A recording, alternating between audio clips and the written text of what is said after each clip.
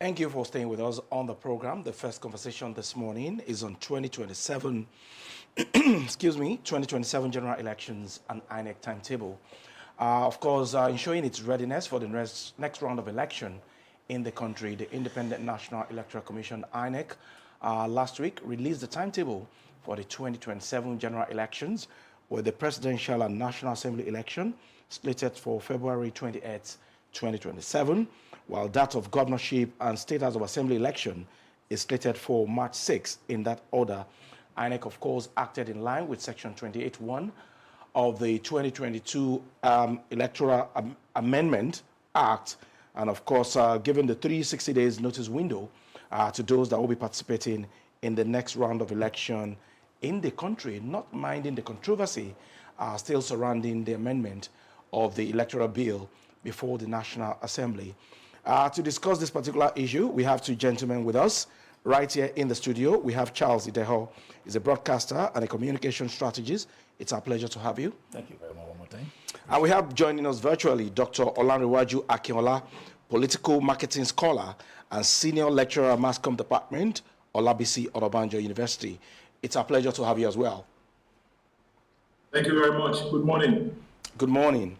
All right, let me start with you, Charles. Of course, like I did mention in my intro, INEC last week released the timetable for the 2027 general elections. Of course, given the 360 days window of notice before the next general election. But then, looking at the controversy, still trailing the amendment of the Electoral Act, what do you make of the INEC timetable?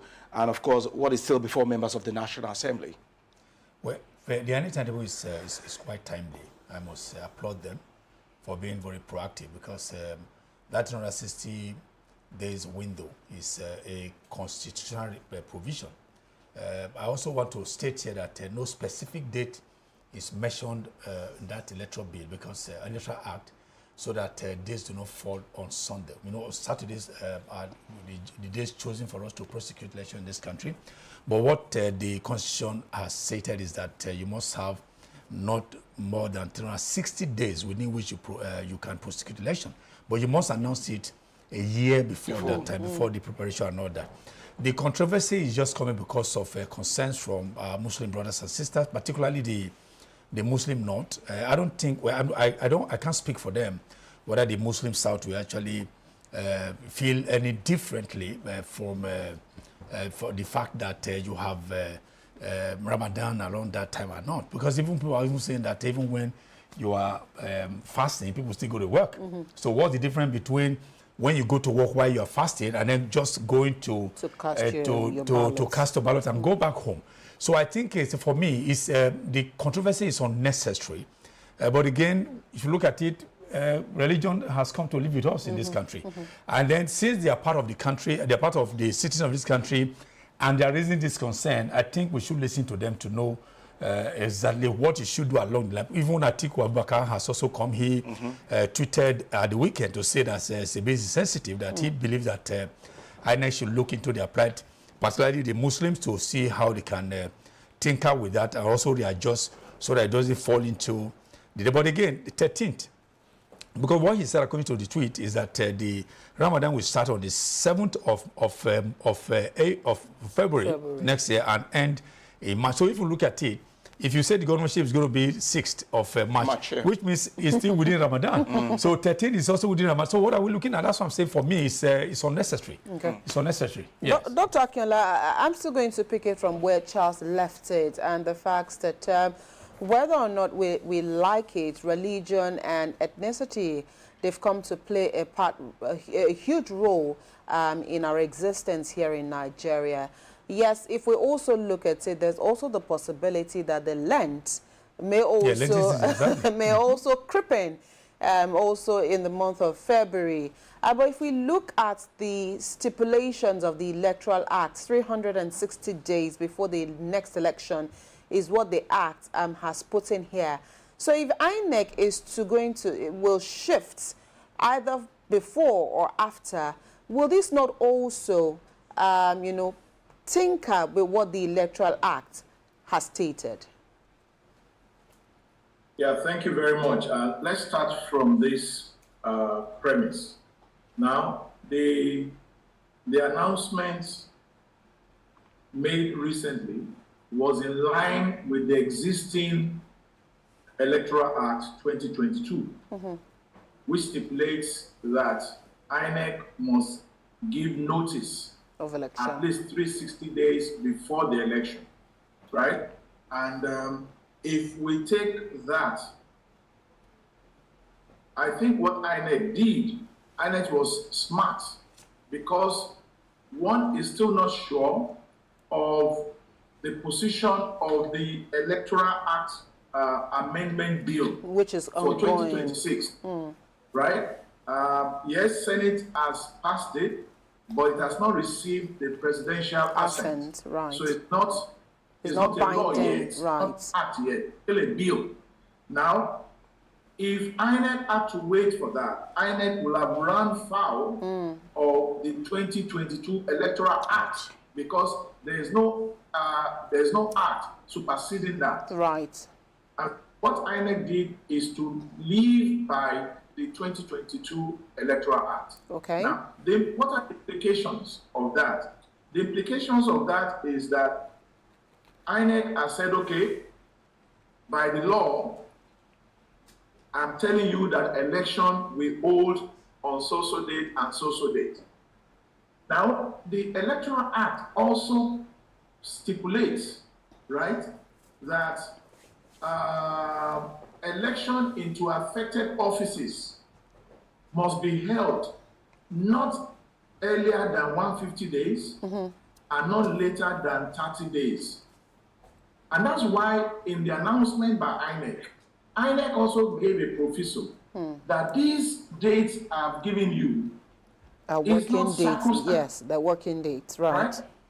And so that window is there.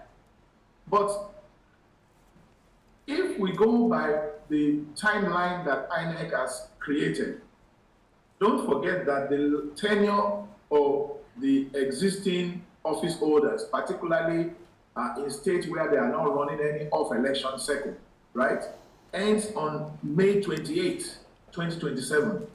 So if we run by INEC timetable that election will hold on 28th of February 2027, right, that means INEC has given in at least a 90-day window after the election, right, before the expiration of the tenure. Okay.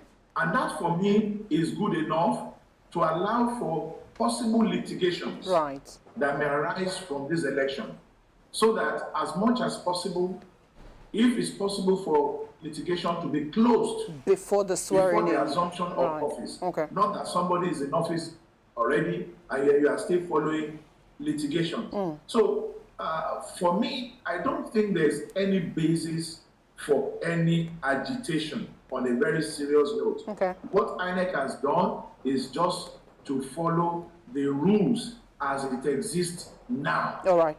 If tomorrow the 2026 amendment of the Electoral Act, right, becomes a law, INEC may now look at it and say, okay, based on this, can we make these adjustments? So there's no basis for any agitation. Okay. Okay, Dr. Akinola, 1 year before another round of election in the country, we are still discussing amendment of the Electoral Act. What does this say about election management in the country and the seriousness of the members of the National Assembly? I don't know why we all just look to create unnecessary crisis. Now, as of today, we have at least 1 year. Yeah. 1 year. And the critical aspect of the election is not affected really. Except people just want to create unnecessary emotions, sentiment, and discredit institutions, right? When it comes to tinkering with the law, the first thing you want to do is to ensure that you carry all the stakeholders along. I'm listening to arguments. For me, it is better to do a good work, tarry a bit, do a good work, than rush and do a bad work that will need to be redone again.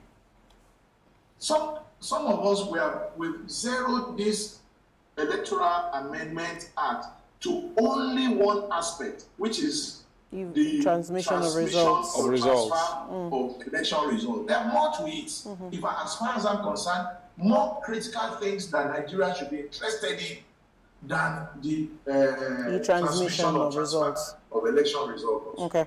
All right, Charles, let's come back to you here in the studio. Now that we've said, at least both of you have agreed that INEC is in line to have given ample notice for an upcoming election, we have at least a year for this election. And so if we stand on that basis and then come down to the political parties on what they should be doing in readiness for that election, isn't this the right time for the parties to start getting ready by conducting their own primaries, by putting their house in order? We do know that as of I think 2 weeks ago, INEC still registered 2 new political parties, swelling the number of political parties more towards the 2027 election. So for the political parties, now that INEC has given a notice of election, what should they be consolidating or concentrating on at the moment? Okay, I think it's very important that we state that ample time, as he said, Professor has said over there that the timeline after is very flexible for everybody to operate within. He's a political marketer. He should be helping us to talk to the parties that this is the time for them to want to show up the membership base of their respective parties, because you win by numbers, not just the might of the party. So I think for now, whether it's PDP, whether it's ADC, whether it's APC or any other party, I think should be 20 now with the two more because we had 18 existing and then make it 20. So all the 20 political parties right now, even they are going to be doing any consensus or any joint alignment and all that, this is the time for them to do it. But the politicians always want to be very smart. They will create unnecessary tension in the system, even most of them, because whether you like it or not, if you look at the political configuration of this country, whatever, you always have the contenders and the pretenders. The contenders will go ahead working, the pretenders will find a way to bring all necessary distractions about the date is for Ramadan and all that, while real work is there for them to be done. So for them to do amend. So what they need to do, just as you said, is that all parties must really take it very, very necessary and very seriously to start working on how they can consolidate. If it is convention, they need to do. You know, the PDP's own that they did has been validated. They said that has been validated. So which means they have to plan for another one. Now within this 360 days window that INEC has given, including APC. I know APC is actually they're doing their registration and all that. So right now, I think no party should have any excuse not to do what they're supposed to do. Don't wait till the eve of election before we now start talking about being disenfranchised and all that. So the parties have all they need, all the time they need in this world to actually prepare for the election in 2027. Okay. Yes. Dr. Akinola, I do agree with you sincerely that we should focus more on other issues beyond the electronic transfer of results. So what are the other germane issues that should be getting our priority regarding this Electoral Act Amendment Bill? And would you say that you are satisfied with the level of voter education in the country so far? Let me start with the latter one, voter education. I am not satisfied but I'm also a bit worried, right? When we talk about voter education, I think we also need to start thinking of voter resensitization, or what I call voter debriefing. Some people who I term as belonging to the Babiala culture or the culture of echoing, right? They tell you certain things that does not make sense. You see someone who has never been to a polling unit to vote, and he'll be telling you categorically that votes don't count. The other day, people were talking about real-time transmission, real-time. And I try to ask people to operationalize what they mean by real-time. Real-time. Because when you say real-time, what comes to my mind is that immediately I'm voting, it goes to IREF portal. It goes to IREF portal. That is not what our Electoral Act says. We are not on e-voting. E-voting, yeah. So there's nothing called real time. What you have is that after the election, It'll be collated. the results are tabulated in a form. The agent signs it. Then you now use the beavers to capture the to scan that document And then you upload it. Yeah. Right? For me, that's not real time. Because people need to understand. Now, arguments have been put forward backward that what happens if there is a glitch? Even that person has taken it, he has uploaded it. But has it been received at the other end? Yeah. Now, if there is any controversy, you still have to fall back on that document that you scanned. Let me give you an instance now. Now, INEC is asking political parties in states where they're running off-cycle elections to upload the data of their candidates. Upload it. So they are leveraging on technology. When you have your form, you have the picture, you have everything, just upload it to a portal. That's technology, but in a situation where you cannot upload, or you upload and it fails, then the document will suffice. Let's look at some of other provisions in this amendment bill that we're talking about.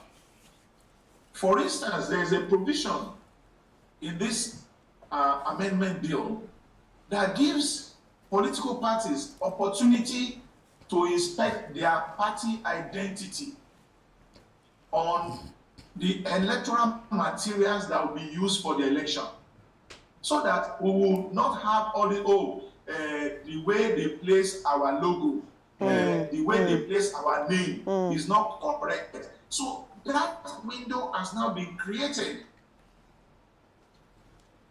Between a particular time, the political parties, INEC will display whatever they have, and the political parties will have 2 days to inspect and make the observations. Okay.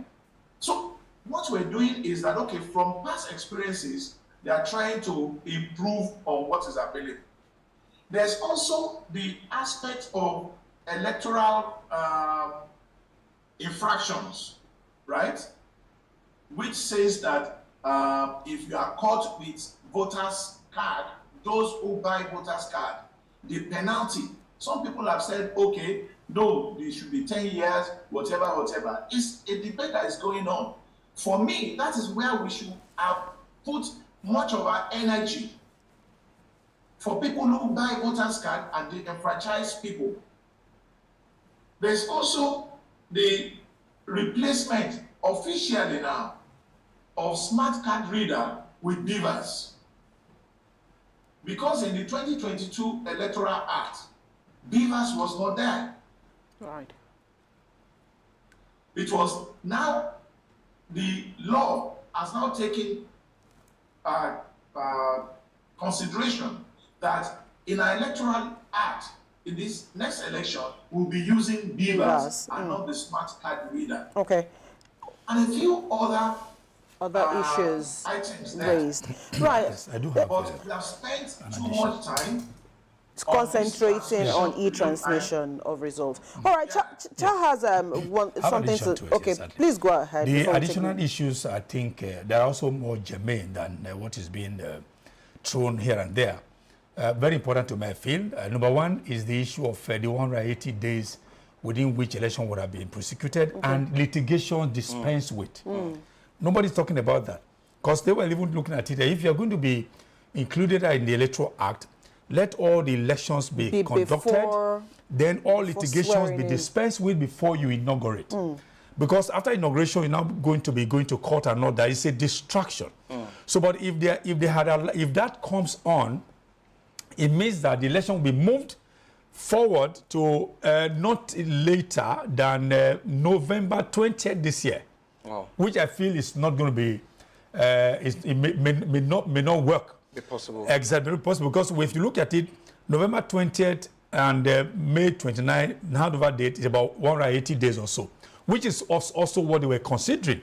That's number one, but nobody is talking about that anymore. I think that's very important because you don't vote for people after the person had been inaugurated and he didn't win the election. You now have to go to court distracting the governance and all that. Right. Why don't you just dispense with all the litigations and before swearing in? Right. If you are sworn in, you know you are duly sworn because you duly won the elections after the court had decided. And that's why we still have off-cycle elections. Exactly. The other one is we are disenfranchising Nigerians that are living abroad. That was also a provision they wanted to consider about diaspora voting. Not even the diaspora voting. Right. Because Cameroon is not even as sophisticated as we are. Last year, Cameroon, they went to the polls. Cameroonians in Nigeria voted. Cameroonians in Benin Republic, they voted. Cameroon everywhere, they voted. Their votes were counted, and the records and all the results shifted, all of them. They impacted positively on the general outlook of the election. How come we say we are the giant of Africa, and yet some of these minor things that other nations that are not well endowed as endowed, they're taking those ones as commonplace. But here in Nigeria, we're still talking about Ramadan is falling on the date of right. Charles, let's quickly, before we wrap up this conversation this morning, let's quickly look at the readiness of INEC here. We've talked about what the political parties should be doing. We've talked about the National Assembly. Let's talk about INEC that has given ample time for this election to be conducted. It will not be totally unfair for the election to come and INEC fails Nigerians. What are the things that you feel that INEC needs to consolidate on in the next 1 year to deliver credible, free, fair elections to Nigerians? Even though along the line you've mentioned, even Doctor mentioned voter awareness. Yes. It's key. And there are a lot of people still with trust issues here for INEC. So what should INEC consolidate on here at giving Nigerians the trust that Professor Josh Amukpeto and his team members will be able to deliver a credible election in 2027? Fine. INEC, I believe that INEC is ready because, as I mentioned earlier, this announcement of the days is timely. Okay. INEC, they have a lot of things that happen in the past. They can just bring up a plate. Just bring the template and work on. But I think apart from INEC, the government also has a role to play. Okay. Because the untimely release of funds to INEC is also a problem. I'll give an example. And they've also released their budgets. Okay, good. Now, that's what I'm going to... let's look at 2023. INEC said 2023, they needed about 355.3 billion naira, if I recall the number or the amount that they needed to prosecute 2023 election. Okay. And the National Assembly actually approved that sum of money. But when it came to release of the money, what did the Minister of Finance released 314 or thereabout 0.4 billion less with 40.9 billion naira outstanding. So up to today, nobody's talking about that money. The National Assembly approved so much, but the Minister of Finance released less than what was approved. As we speak, when I did the mathematics, it had about 40.9 billion naira. That was the difference from what was approved and what was released. And even the release wasn't also done as and when due. So if you do not release what INEC will require to prosecute election, then it's also a problem. Okay. So if INEC said they are ready, then they have, look at the budget is coming quite early. Right. So can you work on it? Look at the survey, look at the, okay, they want to deploy technology. Technology is something, it's not just, just look overnight. Cheap. So they need to do all this, everything, the biometric. So can we release part of the money to INEC to start working along that line on technology so that they don't get caught in the web of confusion when it's getting close to the party? So I think government also has a role to play in this by timely release of what is approved, so that INEC can deploy all these things in the critical areas for them to start moving. So I think that's exactly what it is according to what I see. Okay. Yes. Okay, Dr. Akinola, a very quick one before we let you go. Beyond the readiness of INEC and every other stakeholder, what should be the role of the National Orientation Agency as well as our security agents in ensuring that we have free, credible, and of course, transparent elections in 2027? Well, permit me to go back a little bit.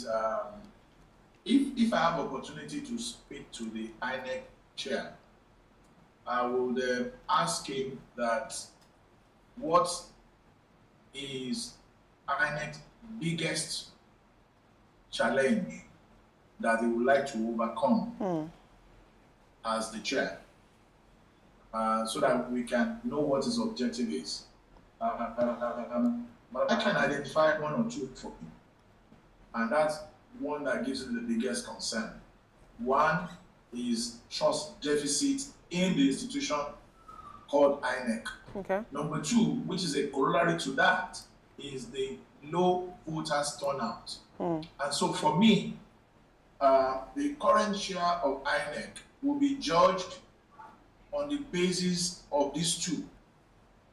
To what extent will people trust and believe INEC?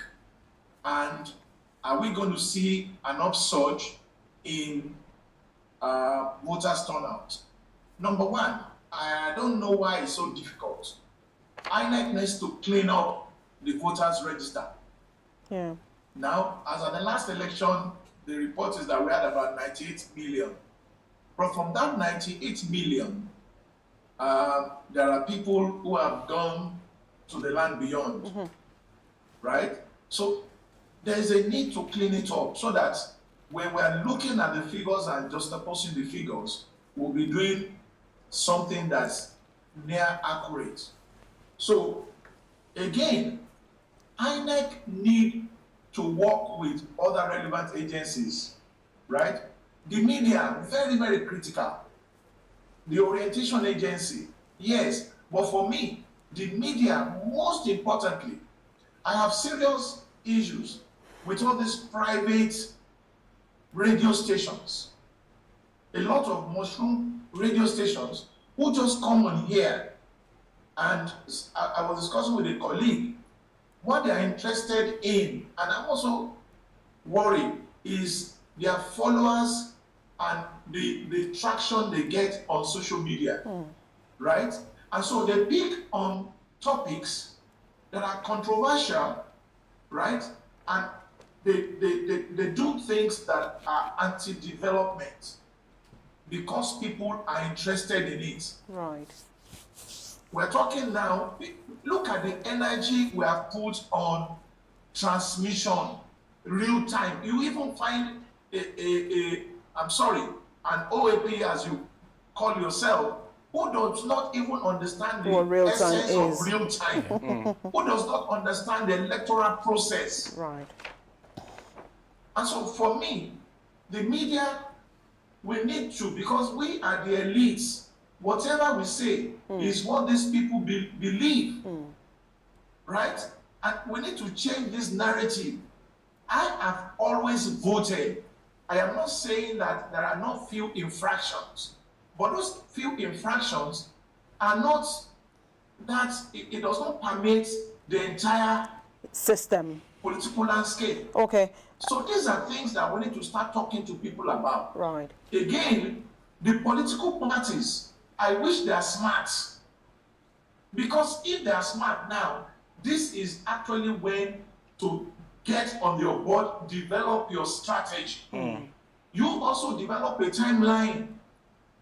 What you are going to be doing in the first 2 months, what you are going to be doing in the next 3 months, what you are going to be doing in the last month to the election. All right. Right? But again, all of them will go to bed. They will start abusing each other on social media rather than go to the people who are really going to vote. And they have created an alibi so that when they fail in their election, they have something to fall back on. Because they didn't transmit election results. Okay. For me, I wish we can do more of voter education. Okay. Doctor, I would have to leave it there with you. Charles, as we go, of course, he mentioned the media. Let's also talk about grassroots mobilization in few seconds before we go. How do we marry this with the role of the media when it comes to pre-election? The media can't do it all alone. When I was carpeting radio, I manage the radio station. Yeah, I know you're a radio person. So it's not the way he sees it, because we mold opinions. Sometimes you feel that you are pandering to the whims of the public. It's not just like that. Because once there's issue in the news, right, you can't go outside the issue of the news. And as you are bringing me here not to look, that's the way it is. So, as I said, it's not just the media. Right. The National Orientation Agency, thankfully, Isa Odinlu is doing a lot, by my own estimation, who is the DG of is doing this quite a lot. I wish he can do more. Then we used to have tank crier. I know that the era of tank crier has gone. I think all those using the ballads and all that. The traditional. Yeah, exactly. So that we can, you propagate this in Yoruba language, in Hausa, in all these other local languages, let them know exactly what is up for them. So I think it's just not the media. I mean, that's alone. It's also the traditional media. Yeah. So if we all do that, it has to be all of us, all hands together. So it's just not just the mainstream media. Right. The local media can also, the traditional media can also play a part for us to further give them all these things for them to know the awareness of what is coming. Yeah. All right. Thank you so much, Dr. Olanrewaju Akinola, political marketing scholar and senior lecturer at the Olabisi Onabanjo University Mass Communication Department. Thank you for always giving insight on the program whenever we invite you. We appreciate your thoughts on the program today. And of course, Charles Sideho, broadcaster. Thank you, Doctor. Broadcaster, communication strategist. Thank you for always being here on the program. We appreciate your thoughts. And that's where we leave it here on the program today. It's still a long way to the 2027 elections, but like the gentlemen in the studio have rightly put it, INEC is on course. And of course, all eyes are definitely on INEC as the race to the 2027 election begin. Thank you for watching this side of the table this morning. We'll take a quick break. When the conversation returns, Adebimpe and Joy will be here with the Lagos conversation. Expressed on this program do not represent that of the producer, management of Lagos Television, or the Lagos State Government. They remain the perspectives of those expressing them. Thank you for staying with Lagos Television.